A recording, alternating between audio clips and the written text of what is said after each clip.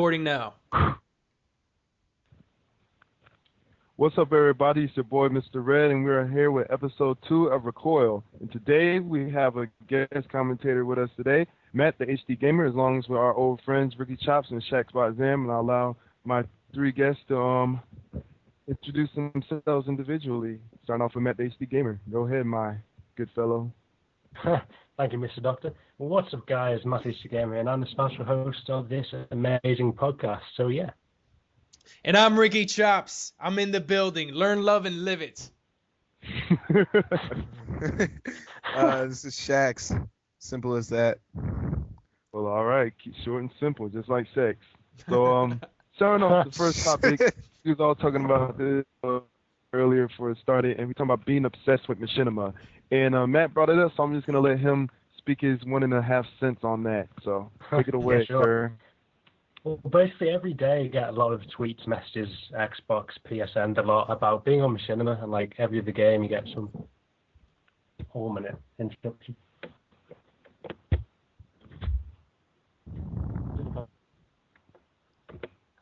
Matt, are you rubbing off? What are you doing?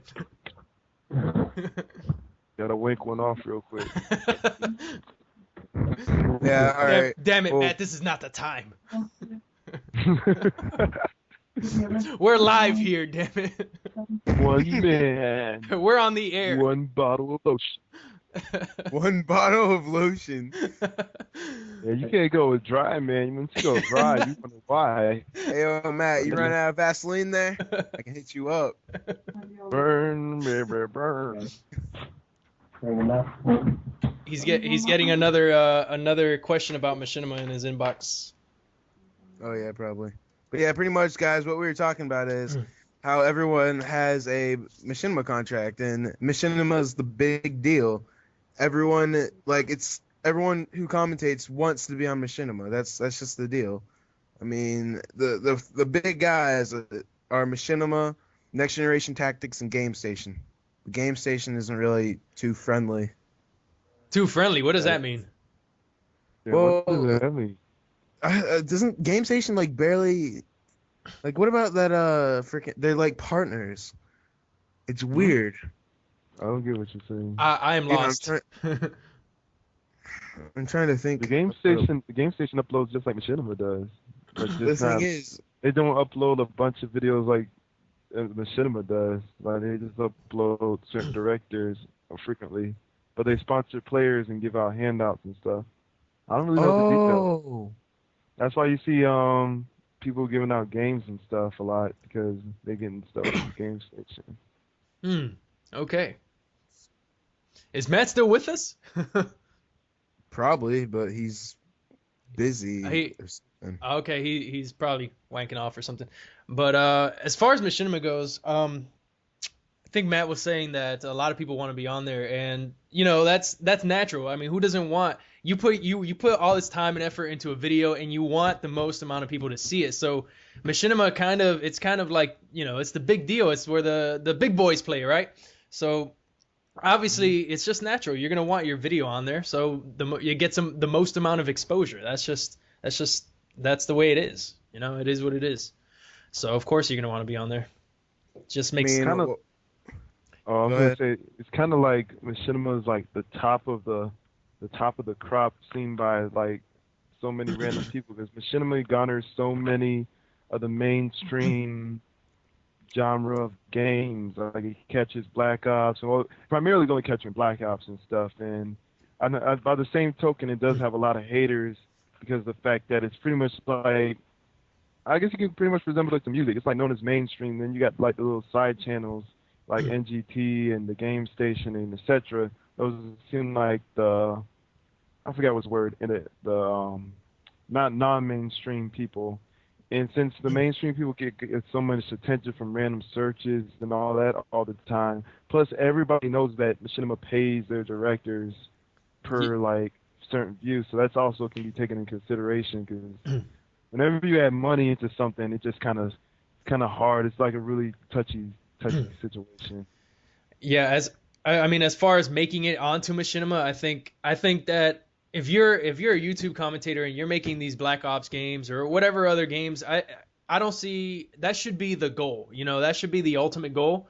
And maybe not so much for the money, but maybe for the exposure, because like I said, you want your videos to be watched. It sucks when you upload a video and then like after a day you've got like 50 views or whatever. You know, you want the exposure. And Machinima, if you get onto Machinima, you're gonna get that exposure.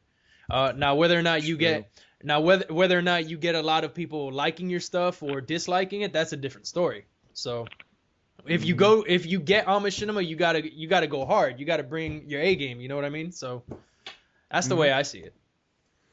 I mean, there's so many people on Machinima that you just don't know. I mean, I'm not trying to be hating or anything, but does anyone know who Hayden is or Goosey Killer? I mean, no, it just bothers me. Like I saw a guy with a Machinima respawn contract with what 2K subs, and that just bothers me. I think because that's a lot of that going around lately too. I think that go ahead. Sorry, Mr.red. I was gonna say just real quick that there's somebody I was watching named Zero Smith 2620 or whatever. And he posted something on Wings channel, and I've just been following. I haven't really subscribed to him or whatever.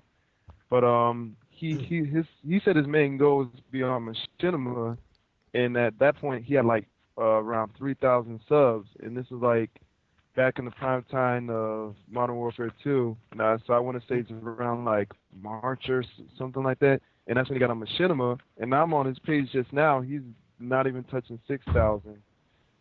Yeah. And he posts like 100+ games and all that stuff. He's just not getting any kind of stuff going on there. So that's kind of interesting. And with that being said, I'm going to go run to the bathroom real quick so y'all can keep talking. Oh, okay. Have fun.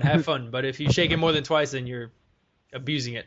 But no, I think with Machinima, the thing is like, even if you get a video on there, you're not going to blow up as much as you think you are just because, you know, 500,000 people watch it. It doesn't mean they're all going to sub to you. They have to like you. They have to like your content. You have to, like I said, you have to bring your A game. And is Matt, are you back? Jesus Christ. Oh my God. Why would what happened? My brother rang and I had to take it because he's picking me up tomorrow. Oh, okay. I can't believe it. Oh man, yo. You got to put in some headphones. I'm hearing your echo now. Oh my God, that was annoying. All right. Well, we were talking about Machinima and just, you know, how they. Oh man, I can hear myself. It's very confusing. I'm very confused right now. I can hear myself talking. Yo, Matt, you got headphones? No. Oh shit. But Shit. Are we still going? Yeah, we're still going. Mr. Red's in the restaurant. Yeah, why not? Just fuck it, let's wing it. But oh my God. But we were just talking about how, you know, certain people get into Machinima and they don't blow up as much as they expect to. And I mean, what's your take on that, Mr. Matt? Yeah, I think the main reason for that is mainly because there's so many people now, Machinima Respawn especially, and Sports and Realm, that you don't get as many views as you used to, and you don't get the recognition that you really deserve. And I had a friend called Champagnes, not sure if you know him, guys. He used to be on Respawn, and he posted a video which got like 150,000 views. It's like a gunship versus chopper gunner review, and he said he got like 1,000 subscribers every time he posted a new video. But then when I got on Respawn, others got on Respawn, he didn't get anywhere close to 1,000 subscribers every video. So I think it's just there's so many guys in there right now. That's the main problem, I think. Do you think that it's the gameplay that drives the viewership, or it's the commentator? What do you think prevails? Yeah. Definitely, I think. Do you mean in terms of views, or do you mean in what do you mean? I mean in terms of like gaining an audience. You know.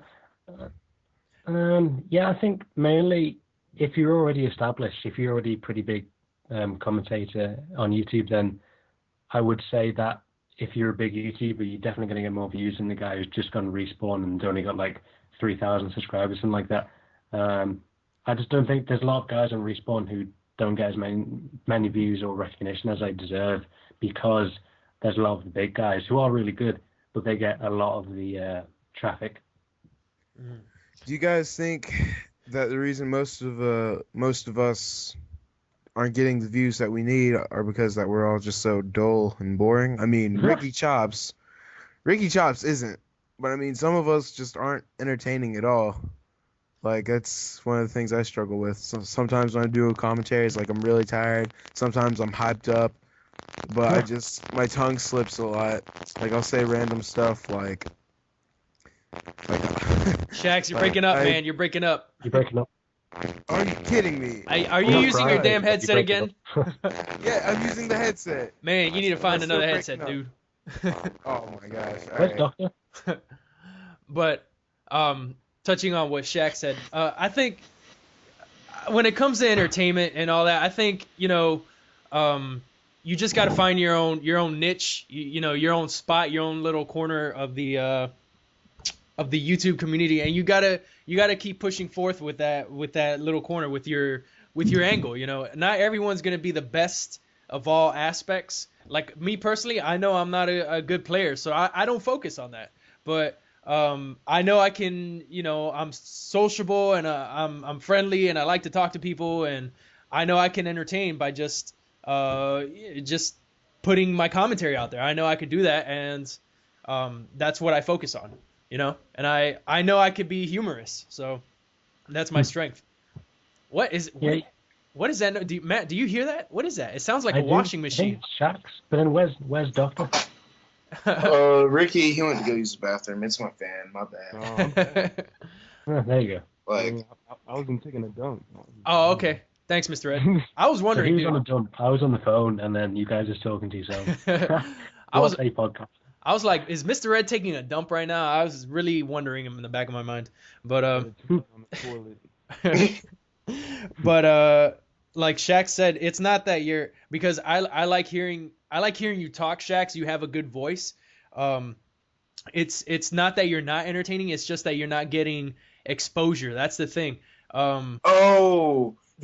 like the thing I used to complain about back in the day. I'm sorry I completely cut you off. That's all right. But I used to complain, like, I think I would do better if I had an audience and topics to talk about, because I get hardly any feedback of stuff that people want me to do. Like, I just got a request to do a live commentary. Okay, so roll with that. How do you make a live commentary? I mean, I could tell you how I do it. Basically, I set up the headset that I'm using right now is a PX21. I set that up on my laptop downstairs, and I basically record me talking into the headset, and I set up a camera. A lot of people don't set up the camera in front of them while they play. The only reason I do that is because I think it's funny to watch my body language as I play, and I don't know, it could lead to some hilarious results. Sometimes it does, sometimes it doesn't. But basically what you do is you're playing with your you set up the PVR, and then you set up the headset to record while you play. It's not that difficult. But but like I said, you just need the proper exposure. It's just like Matt. I don't know. Matt saw me. He saw me on GFX's channel, and he was generous and selfless enough to help me out. And he put my video on his channel, and it got me. My audience grew. That's how it grows. Yep. You can't just upload a video to your own channel and expect people to watch it or find it. You have to network. You gotta have help. You gotta have help. Nobody does. Nobody gets big on their own, I don't think. So. That's a good semi-topic yourself. I mean, that builds into a whole another. That's like a whole another category. Yeah. I mean, nowadays, like Ricky Chops just said, you cannot even make a video without getting a good amount of views. Like, the most views I get on a video is around 120, and actually, I got 200 views on my newest video, but that's just because it was a short clip, and I put a little story behind it. But you just got it. I mean, I'm getting like, people are messaging me, and they're trying to help me out because they see that I'm going the extra mile in my videos, and that's what you need to do. You need to find something that no one else is doing, and then do that, and then work hard towards that. Like the video that Matt put up on his own channel, like it took me like maybe 2 months just to storyboard that and work on it and film it and edit it. It was a huge pain in the ass, but in the end a lot of people loved it. So yeah, that was a very good project. I mean, just think if you got that video on just so many other people's channels, like how far it would go. Because that videos like that gets you viral. That video deserves like a million views. Not even joking. That video is just fantastic. I love seeing creativity and something kind of unique, and that's why I wanted to help Ricky out, because I could see he worked stupidly hard on it, and then it's just an amazing video. So, and like I was saying earlier, I don't think anyone gets big. Like I'm sure Matt at one point had somebody help him out. Is that true, Matt? Am I, At the very start, I used to do commentaries for Cod Comedy, Call of Duty Comedy, and that got me to about 1,000 in like the first 2 months, and then since then, other than Machinima, have not really had a ton of help. But I always say, when you start out, you need help. After you've done that, you need to be creative and work hard, because otherwise, you're not going to get the views, the active subscribers, and then eventually success. Right. Matt, didn't you get a dual commentary with tapes before? Me? Yeah. No, never spoke to tape. Yeah. No, never spoke to tape. Oh. I could have swore that I've heard like just a little clip of like Tape speaking, saying MattHDgamer. I think I know what it is. Is it the one where I beatboxed? Yeah. Oh, that was me trying to impersonate Tape and Ken Burton. Are you kidding me? That was that sounded just like that one. And then I did like, "Hi guys, Ken Burton here." That was ages ago. Yeah. But I firmly believe that the only way to get an audience is to have help, and then at some point you have to start helping yourself. But at the same time, like my personal belief, I want to help people. Like Matt helped me, I want to pay it forward, and then hopefully someday be able to pay it back. So you just need to network. That's what it's a community for a reason. You know what I mean? You got to branch out. You can't just remain isolated and keep to yourself and close yourself off. I don't think that's going to work for anyone in the long run. So. Yeah, to do networking at the very start, I got to know guys like Bendro, Dunkus, Six Winter, The Booty Man, GFX Lab, all these epic beasts and legends, and we're all really pretty successful right now on YouTube, and that is really because we just got to get on very well, play a lot with each other, and we kind of bounced ideas off each other and stuff, and getting to know these guys at the very start really did help. Mm-hmm. So that's why whenever I talk to people, if they want to work on something, I'm totally down for it. I just wish I had more time to do all these projects, so. Because if I could, I would just dedicate my life to making freaking videos. That'd be awesome. But I can't, so. The government's got me by the balls. The American government's got me. So, hey, where's Mr.red? Hey. I do not know. I think he may have passed out. He may be dead. I don't know. I'm just taking it all in. I mean, this one. He's drunk. You don't have anything to say on all this? I mean, I had a lot to say. Well, first and foremost, being I have to agree with pretty much everything said. Right now, every time we keep talking about you have to bring someone like, I don't know, with 100,000 subscribers or whatever. It's kind of like a lot of people start seeing the epidemic of dual commentaries and all that. It's just an easier way to reach out to our audience. And nowadays, I say no matter how many videos you can pump out 1,000 videos, but unless you catch the game when it first comes out and you just so having to get that early view count of people searching for videos, which nowadays is pretty much impossible given the mass amount of people come out there, that you just really just have to reach out to someone else and get help. It's kind of like in the music industry. Whenever you see like a regular artist, like I guess Drake, I'm sure. Well, not everybody uses Drake, but anyway, just say like someone like Drake. He comes out with a song or whatever, and everyone thinks it's good and all this stuff. And then we got someone like really low, like Joe Schmo. He comes out with a song just as good, but no one's gonna listen to him. But the second you see like it's featured with, then all of a sudden everybody wants to listen to that song because that person's in the song too. and it just makes you want to look at it. It's just basically that since this person is more popular, I want to look at this person, but I guess since this person's in there too, I might as well watch it.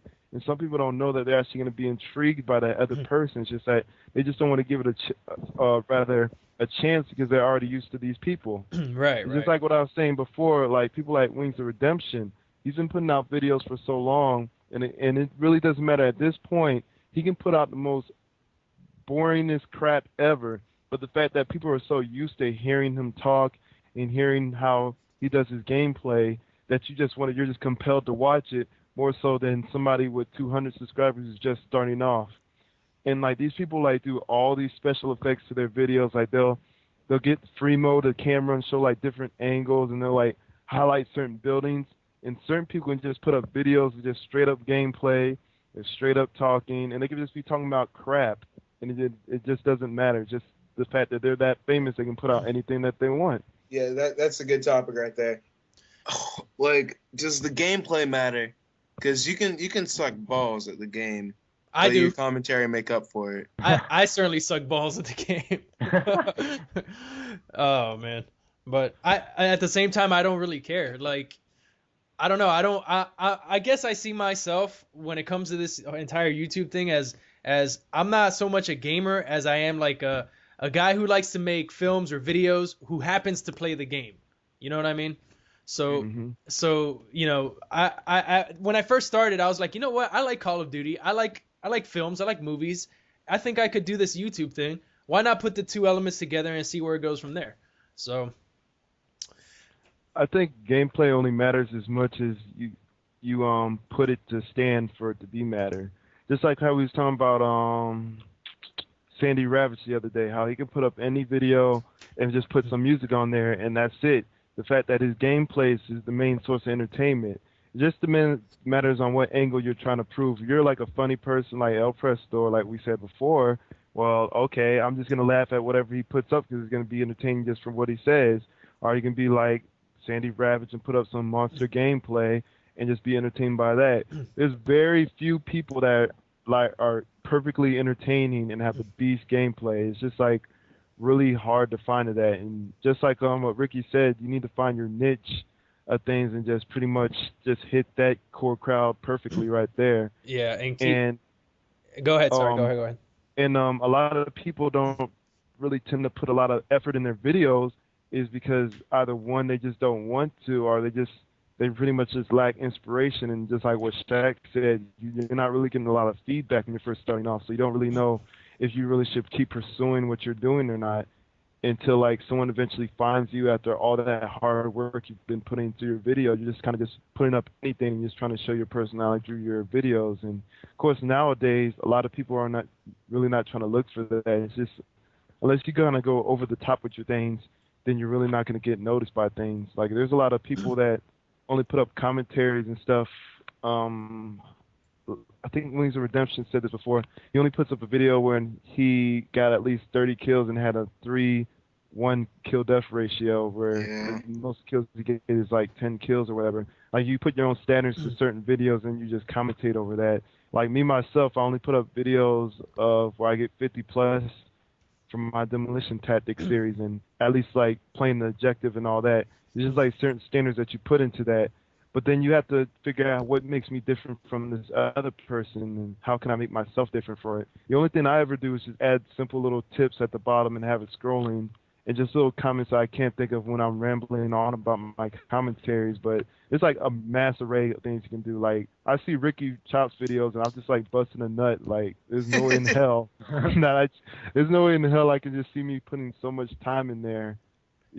I mean, I will, as much as I love to. I mean, like I said, I love his videos and all that, but I guess it really just depends on the person and what you really like there. There should be standards in videos, but it's really per person. It's really what the crowd wants to see. Yeah. Done. I think we just beat the balls out of this topic. As far as standards go, I think when it comes, my videos, gameplay wise, my standard is pretty much, you know, is it fun to watch without commentary? If it meets that criteria, then it's going up. So that's why I'm always running around.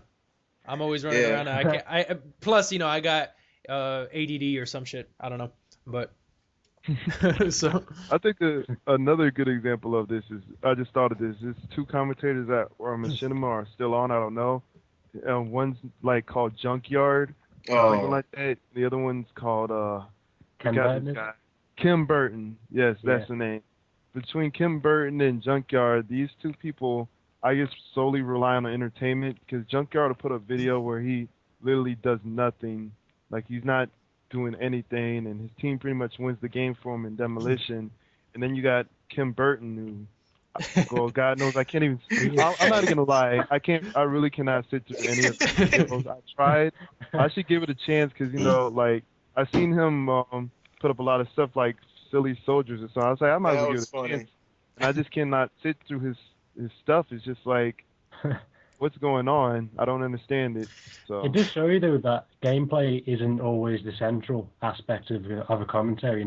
It does show that it can be primarily commentary based. And do you guys think commentary and gameplay are equal, or do you think one is more important than the other? I think the commentary is more important. I agree with that. I mean, okay, again, El Presador, the guy, he's not good at the game. He doesn't care. I don't care. But his commentary, I could, if there was nothing going on the screen, if he were to just sit there and camp and still commentate, I would watch. You know what I mean? I think the commentary is like 80% of it. Mm-hmm. I don't know where I got that number out of, but it just felt right. It just felt right. 80% sounds right. So that's a prime example of it. This is a good example of it. Yeah. Ken Burton's a different case. Like Ken Burton, I don't know what it is. Like I used to watch him, and then I don't know. I guess he fell off. Oh my gosh. What? I mean, I just have a memory of him. Just keep going. Ken Burton's a special case because he's very, he seems like a cool dude.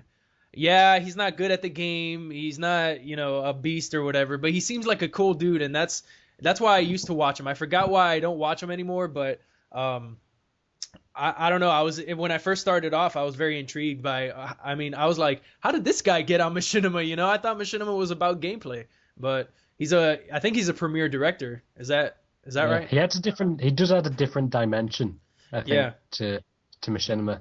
But yeah, he does come across as a cool guy. But then the annoying thing with Ken Burton is for me that, like, on Facebook, I think I follow him on Facebook for some random reason, which I do not know why. He just doesn't really. He never seems to reply to like comments or messages and anything. I don't know. I just get that feeling with him. Even though he does come across as a cool guy, he doesn't really interact a lot with his subscribers. Maybe he's just busy. I don't know. Yeah. Speaking of Kim Burton, that actually reminded me of something. Hutch actually put out a video before talking about I forgot what it was, like premier directors in the community going on right now, and Kim Burton's video so happened to be like the highest rated one, and he was basically talking about how he's on Machinima, and like he tries to contact other directors part of Machinima, and no one would ever respond. Like he tried to get in contacts with Wings and XCal and all this, and nobody would ever respond. So it kind of makes you think what is going on with the overall YouTube community of commentators. Like, do commentators just kind of just stick alone nowadays? Like, they could just see themselves just them and their fan base, and that's it?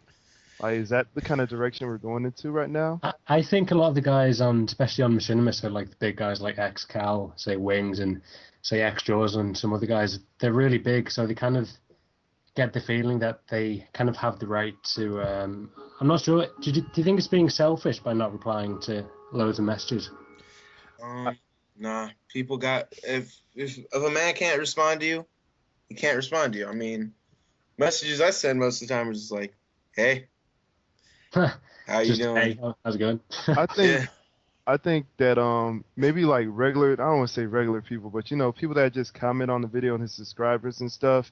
Okay, if he can respond to that, that's good. But anybody that's in like your same company, or so to speak, would that be like a priority for me? Like if anybody in the NGT ever messages me, best believe that I'm gonna answer that. I'm gonna make time out of my day to at least answer that. Yeah. So I really don't. That's kind of like if you was like working for like any company. If like your coworker sent you an email saying, "Okay, I need help with this," then of course you're gonna answer. But if it's just like a customer, then okay, I'm gonna answer that when I have time to. But for anybody that's on the same level you, that's like pretty respectful to do is just to answer that just out of respect. I agree with that wholeheartedly. I'm surprised that some of these bigger commentators they don't collaborate as much as I would think they would, because I don't know, like maybe their audience already overlaps, but even at this level I try to collaborate with other people. Like this podcast is a prime example of it.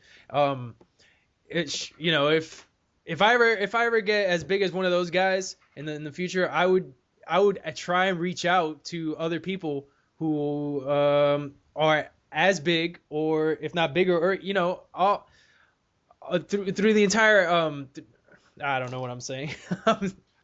Basically, you're saying is, whenever you get big, you still will reach out to like lower people or whatever and try to help them out and get Yeah, them. yeah, and Yeah. through the entire medium, it doesn't matter. I try to support those who support you, and everybody wins. Is basically what I'm trying to say. So I pose this question to you then: How do you think there will ever be a time where, if you like say like you promote everybody, every lower person, do you ever feel like a time where everybody will just oversaturate the community, like period? Like everybody would have 50,000 subscribers out of like 1,000 commentators. Do you feel like that would just oversaturate everything, or do you feel like the tier system that it is now, where there's only like a few commentators with 1,000, just like a little tiny people just kind of get cut off eventually? Do you feel like that's the right thing, or do you feel like what I said beforehand, that a bunch of people with a bunch of subscribers would definitely be okay? I personally feel that if you get, I don't know, if you're up there in the upper echelons at this point, either it's because of timing or because you deserve it. I mean, if you're up there for a reason, and The rich get richer. yeah, and at the same time, over time, somebody like, like let's say Shax, how many subs do you have right now? 330. 330. Given enough time, you'll get. I mean, if you're persistent and if you're creative and if you decide to take, do something that somebody's not doing, then over time you're gonna get to that point. It's just inevitable. You know what I mean? Mm-hmm. You're gonna get more and more exposure. It's not like you're gonna get silenced or anything. You know what I mean? So if 1,000 commentators have 50K plus subscribers, I don't see anything wrong with that. I would hope for everybody to prosper. I wouldn't want to just stifle creativity or stifle any commentator. I think that's I think that's fucked up. Yeah. So. Well, guys, we're nearly coming into 2011, and like this year, especially for all of us, has really been insane. And where do you think like you will be next year, this time next year? I think I'd be around 3K. That's where I think I'm just gonna be at. I don't know. Ricky, I'm just gonna say this right here, Ricky Chops. You're gonna be at least 10K by the end of this. Not this year. No. But 10K by the end of next year. That's where you're gonna be at. With all the support you're doing, you're doing a fantastic job. I hope so, man. I think I could be happy with 10K. I think that's a decent audience, or even 5K. I think 5K is a decent audience. It is a lot of people for like 5K. I imagine it like, so you've got 5,000 subscribers waiting outside your door. Yeah. It's kind of a weird way to think about it, but it is a lot of people. Yeah. Yeah. And then I'm just gonna keep on doing what I'm doing. Like I think at some point I stopped looking at my sub count. I think it was once I hit 1,000, but if I get to 10K, that'd be cool, or 5K, whatever. Well, I actually, beginning of this year, I set like a count for 1,000, and well, depending on the situation, I still see myself getting that. And next year, I even said 10,000. Like I'm one of those people that set goals where it just seems like really out of focus, so that you just push yourself so hard that eventually at least at least you'll lay in some clouds because you just couldn't reach it. Like if I don't get 10,000 by next year, I might at least get like 5,000 or so. But at the end of the day, I think as long as you're really happy of what you got, like I'll just be happy at the fact that I just got people commenting on my video saying, "Hey, good job, I like it," and all that. As long as I made somebody's 10 minutes very entertaining. Yeah. Because I really know how it is to just be stuck at work and just be bored off your ass and you just want to listen to something talk. And you're just like, oh, okay, well, this guy's entertaining. Let me just click on this video. That's just primarily my goal. Yep.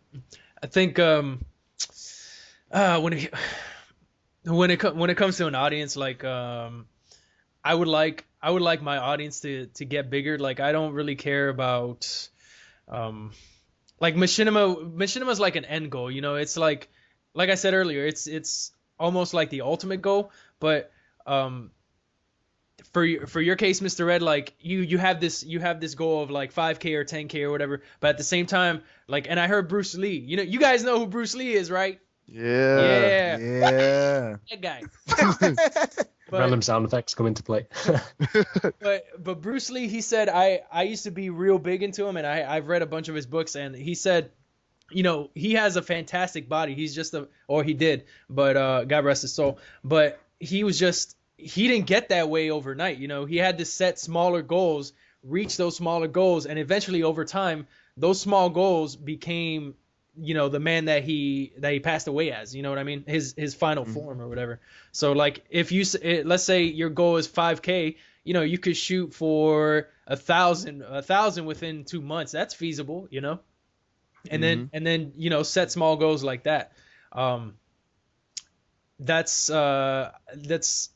it seems kind of weird that I'm like advocating that because I don't do it myself, but if you're goal oriented, I think that's the way to go about it. So yeah, my ultimate goal with every video is just to be funny, just to be entertaining. So all right, and I think it's time for a new topic. Okay. New topic.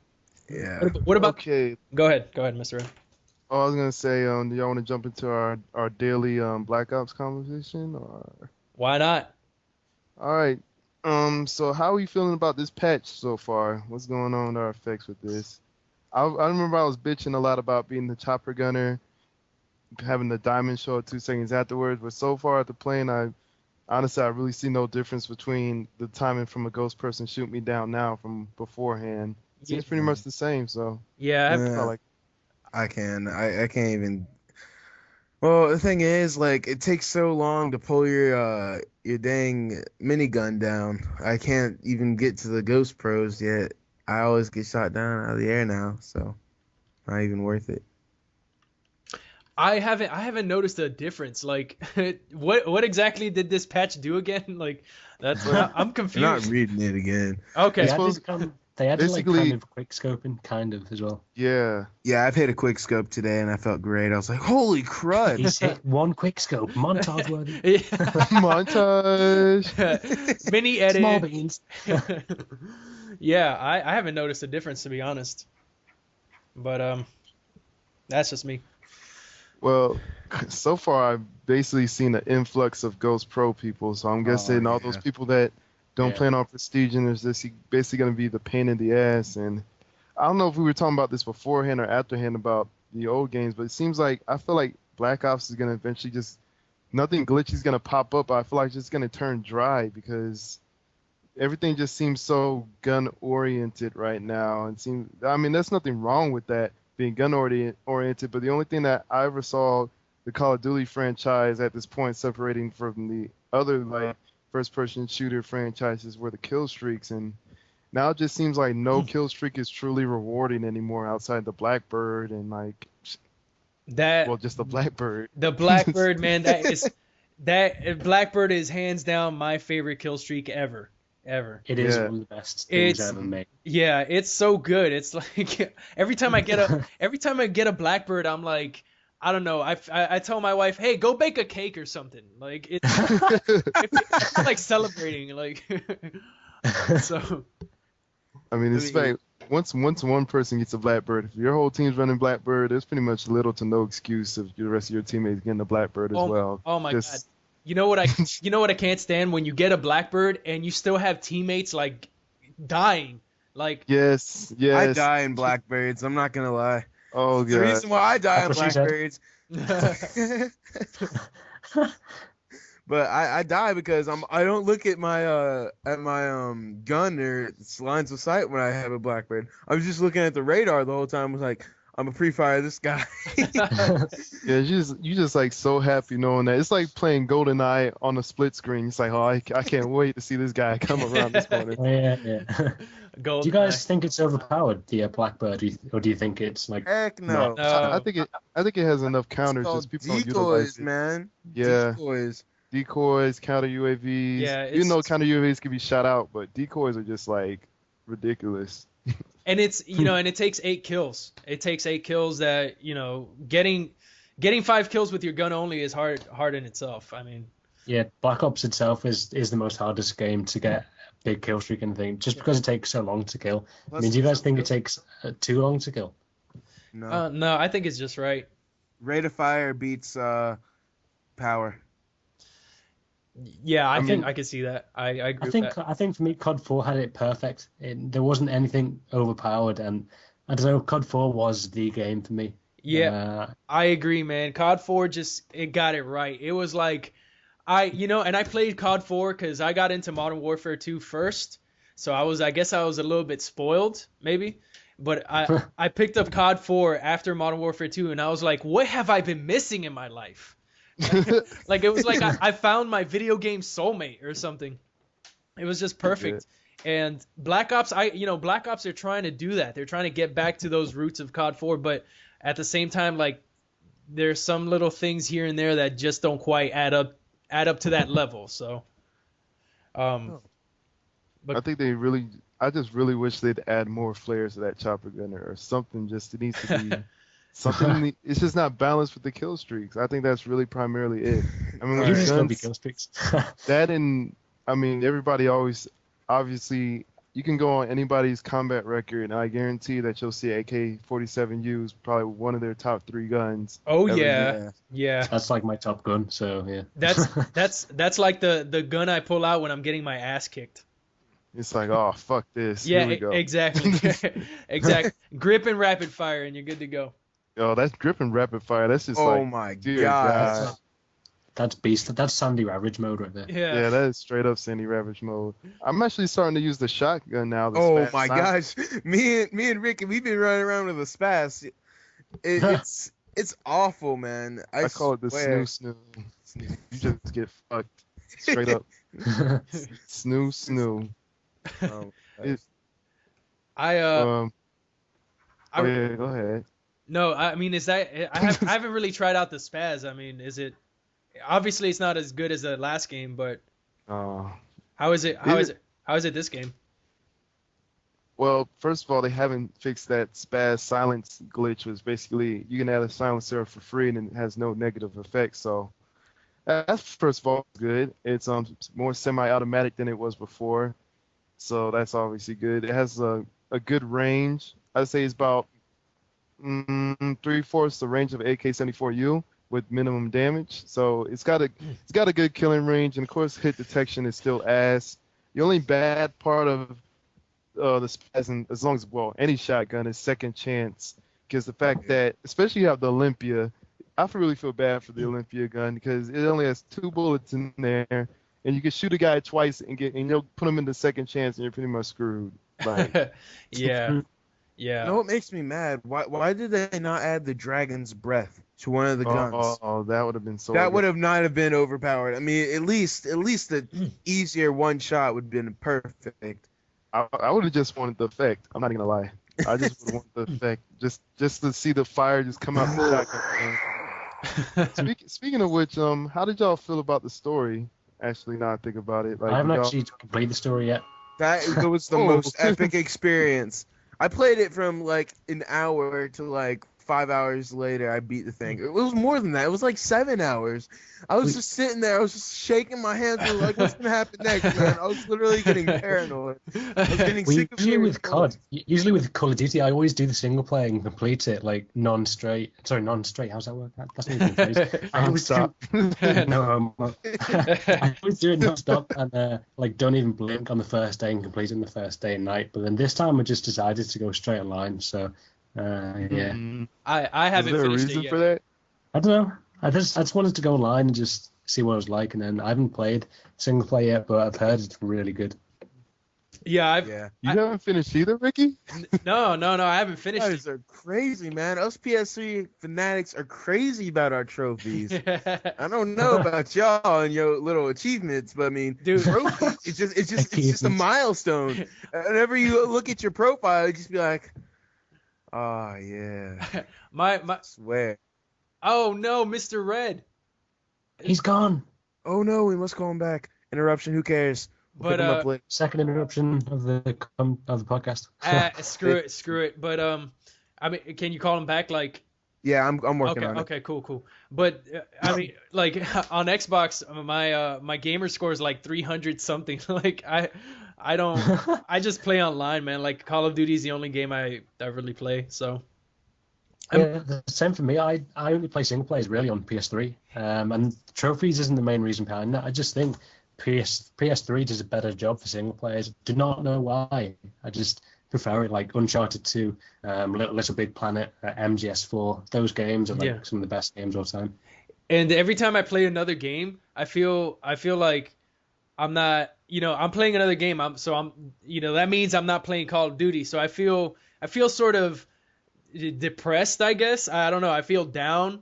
I feel like I don't know, like I've just been neutered or something. It's Oh my god. What the hell? It's weird. It's a weird feeling. I don't know what it is. I can't really explain it. I just feel like damn, okay, I'm gonna take out this game right now. I'm gonna go play Call of Duty, and then my spirits are lifted.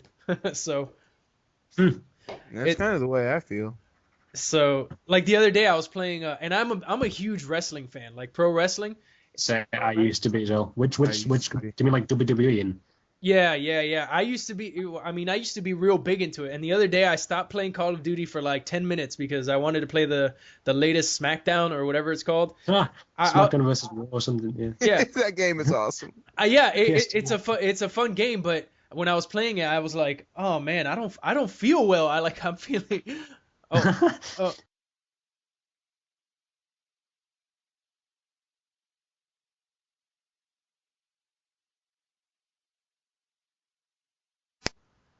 Are you still recording or? Yeah, we're going now. Damn it! I don't know what the hell happened.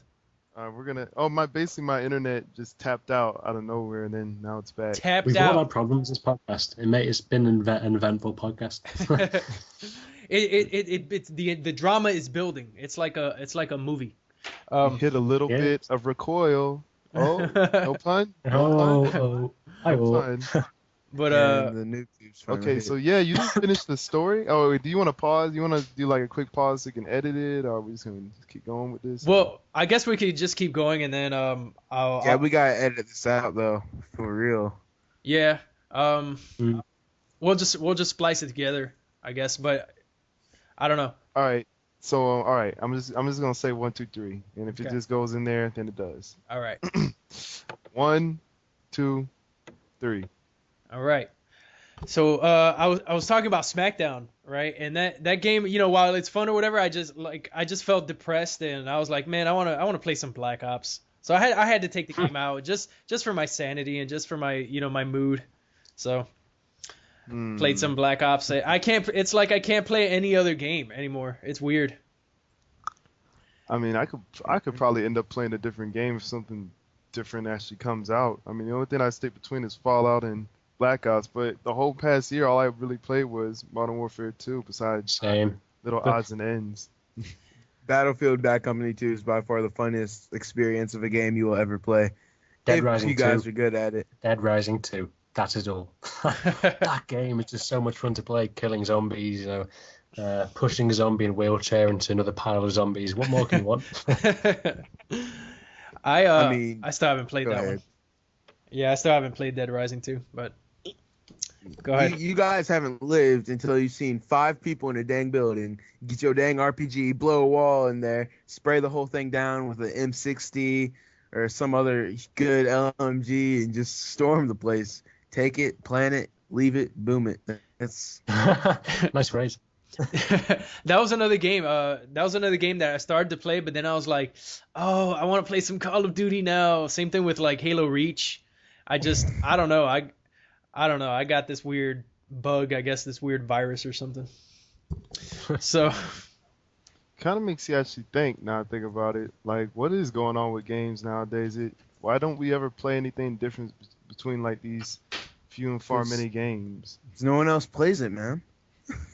I mean, I think that's the reason. I mean, my primary reason is I actually play like a mass array of different kind of games and stuff, but I just had no really way of paying it because I don't really want to pay like $60 for a 10-hour game. Like, I'd rather play a game that's gonna last me a long, long time. and, Yeah, that's how Brotherhood was. Yeah. and I think that's what Call of Duty does really well, like with the entire like prestige system. Like, how long do you think it'll take you to get to the 15th prestige? A long time, right? And that's why you're constantly wanting to go back. It creates that sort of that need for the addiction. Yeah, addiction. So, and it does it well. It does it well. Very well. So, I think what do you guys think? Time for a change of topics, maybe? Yep, Yeah. I got one. Don't talk about sport. Don't talk about sport games. Well, I mean, I don't have a sport game. I did have Madden, but it wasn't really. Because all right that now, I into think it. actually the genre or the sports genre for games is actually probably arguably the strongest lineup because you got FIFA, Madden, NBA 2K11 is it now? Gran Turismo 5, UFC. There's so many sports games which I think could be the strongest genre for gaming. Does anyone else here play sports games? Because I know Matt. I know you do. I don't. To be honest. I don't. I just play the violent gun game called Call of Duty. That's all I play. Call of Duty. Yeah. Like I said, I played SmackDown, but I don't know if you guys consider pro wrestling a sport game. So I think you guys should because for me, the only insane FPS there is right now is really Call of Duty. For me, I think you guys would agree that COD is by far the best FPS out there compared to Halo and stuff. I think Battlefield and Call of Duty really go toe to toe. I'm just gonna have to say that right there. But no one plays Battlefield, so. Did you guys notice? Did you guys notice on Respawn like how quickly the Halo games or the videos died down? Did you guys notice that? Yeah. Yeah. It was Yeah, like, because Black Ops came out a month later. but no, even with Black Ops not being released yet, like the Modern Warfare 2 videos, Mr.red, what's going on? What are you doing? But like the Halo Reach videos were coming out for a while, and then all of a sudden Modern Warfare 2, had this resurgence, and it was like, okay, where did the Halo videos go? It was crazy. It was a bad time for Bungie to release Halo, I think, because I think they may have underestimated how big and how just insane the COD community is. They take it so serious, and it's the biggest game on the planet, except for World of Warcraft. I might be right in saying that, but that game sucks. But COD for me is it's too big for any other competitor.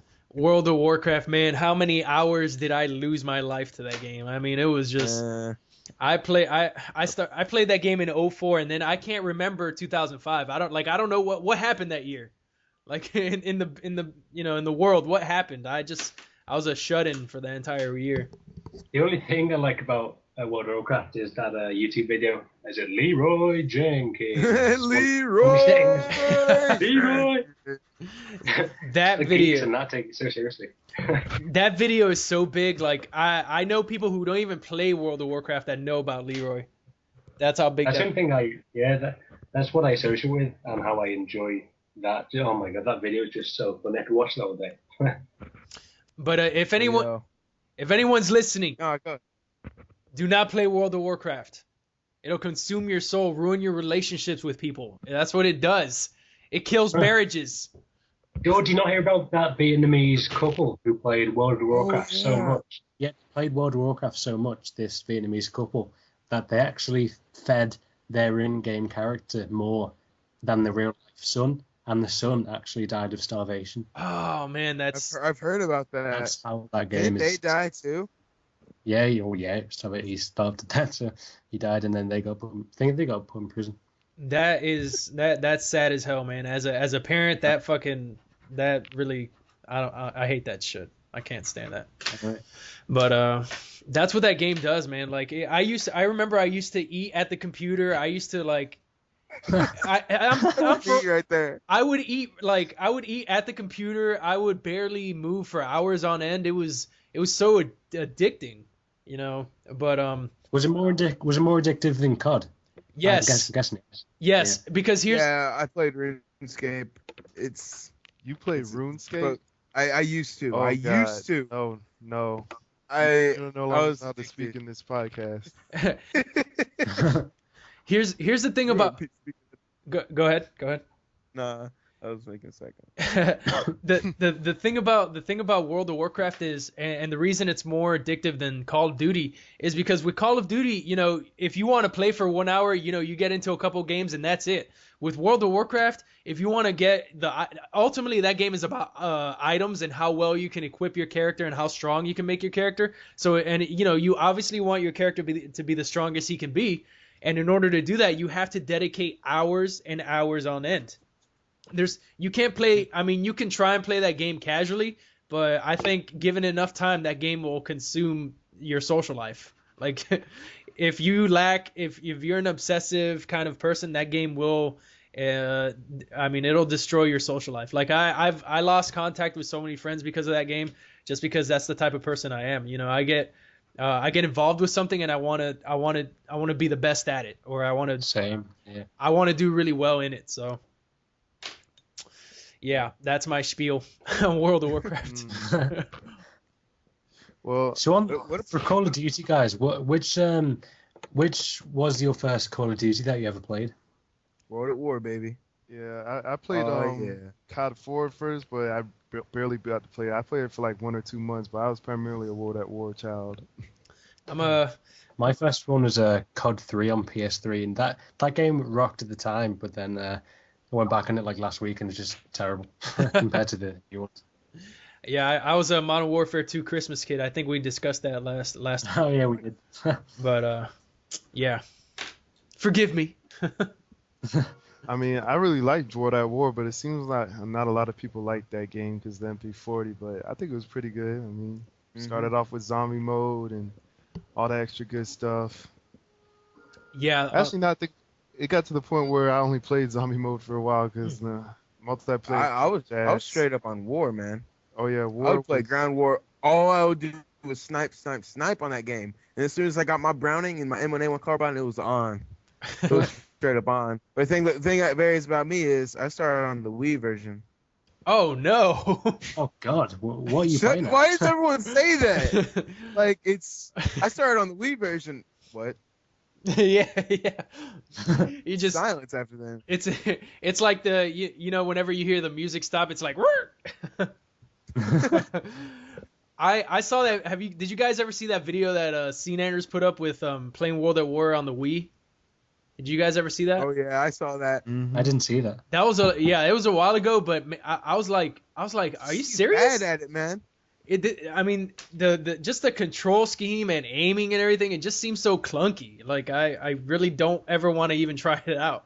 That's why real No, men don't the get. thing is, what you're supposed to do is you weren't even supposed to aim. You're supposed to strafe and spray, because the spraying was more accurate than the aiming with the submachine guns. Like it was literally like you were aiming. It was the funnest thing I've ever done. And I would do game battles for Wii, which is really try hard. What the hell? And then I got Game PS. battles for Wii. No, it's Never really knew that fun. was It was possible. competitive. Are there even any competitive people on the Wii? That's Yes, there are. wow. It was fun. I Wow. was in one of the top Wii plans. Top When Wii Shaq clans. Sam was born, baby. Oh yeah. that seems like it's an oxymoron, like a top Wii clan. I don't know. That's weird. But yeah. change the topic, I think maybe. Yep, I got it. You got it. I You mean, got Ricky, do you have something? Well, I was gonna say, how do you guys feel about? I think we already talked about Sledgehammer being the new Call of Duty, but how do y'all feel about us going back to Modern Warfare again? Y'all feel Yep. like? Because I remember there was rumors I'm about hyped. going to the future or something like that, but it never happened. Yes, sci-fi. Yeah, I think it's very. I don't know. I wouldn't want it to go down the route of being sci-fi. It's just not Call of Duty. You know, even though it's not meant to be properly realistic, it does still have like a realistic kind of sense to the game. So I would hate it to go down the sci-fi route. You know what I love about Modern Warfare? Okay, you take a look at COD Say 4. what? Sorry, did I cut off or something? Okay, whatever. Ricky, you just completely cut out. Oh, okay, can you hear me But- now? Yes, we can hear you now. Thank God. Thank God. What I like about Modern Warfare and Part 2 or whatever is the fact that some of it is actually rooted in history. Like if you look at the biggest thing, the most prevalent thing for me in Part 4 is the sequence where you play as, what is it, Lieutenant Price when he's younger, and you're in like Yes. the fields of Chernobyl, and you're like sniping with what's the name of his officer? What's his name? Oh, You know what I'm talking about, right? Yeah, Is it it was that Irish dude or whatever. Yeah, but like that, some of that is based in history, like Chernobyl and how at certain points in the area you couldn't advance because there was radiation and stuff like that. yeah, Like because of the power plant disaster and stuff. exactly, and I really love that. It gives it this sort of gritty ambiance to it. It feels like a war movie. And if it were to go into a sci-fi futuristic type of Call of Duty, I think it'd be lacking in that sort of that historic grounding, if that makes any sense. So I really hope it doesn't come to that. So They need to make more Vietnam games. For real. I disagree.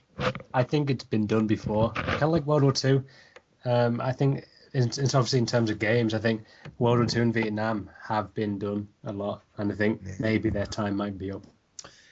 I haven't really seen a whole lot of Vietnam games, but again, at the same time, I don't really pay a whole lot of attention to other games outside of Call of Duty, which is I guess kind of bad. But I just like to see it. I don't know if I would like to see a game based on the current war that America and its allies are in. I don't know. I think that might be too close to home, but so far I'm digging what they're doing with the Modern Warfare series. Except for the noob tubes, of course. Yeah, Commando. Yeah. But I don't think that'll be a problem next game. So Where do you guys Alright. think they should go with Modern Warfare 3? Do you think they should go with completely dismiss sci-fi, or where do you think they could go? No, they're continuing the storyline.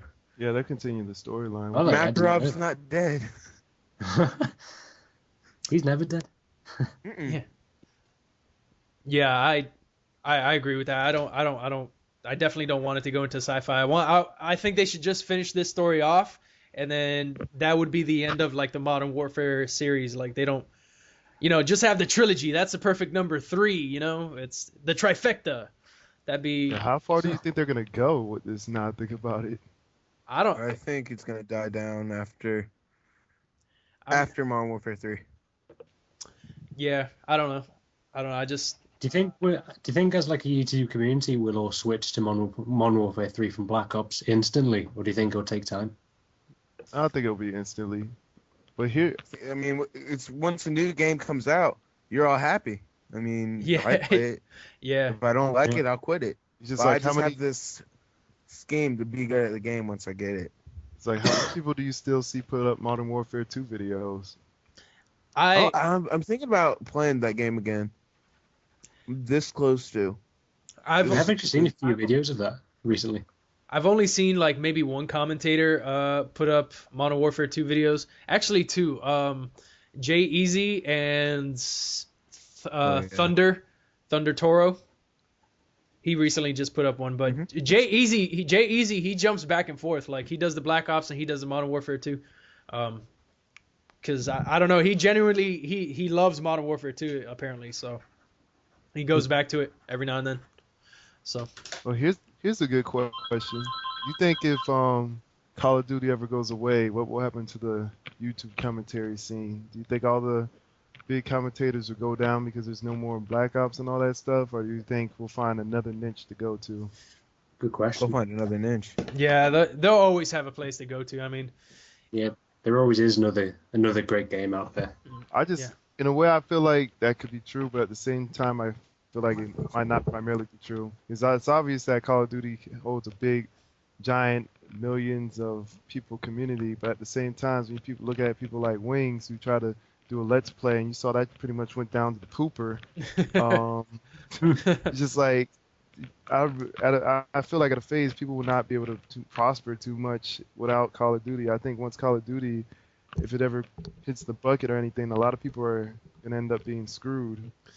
I could even see a lot of these. Say if the Call of Duty franchise died, I don't know how it would die, but if it went like bankrupt or something, I could somehow see a lot of the gamers going back onto COD 4, because I think COD 4, if you look back at the montages of COD 4, the editing sucked on COD 4 compared to Modern Warfare 2. So I think there's a lot left in the tank for COD 4 in terms of potential, even though it is like 3 years old in terms of a game.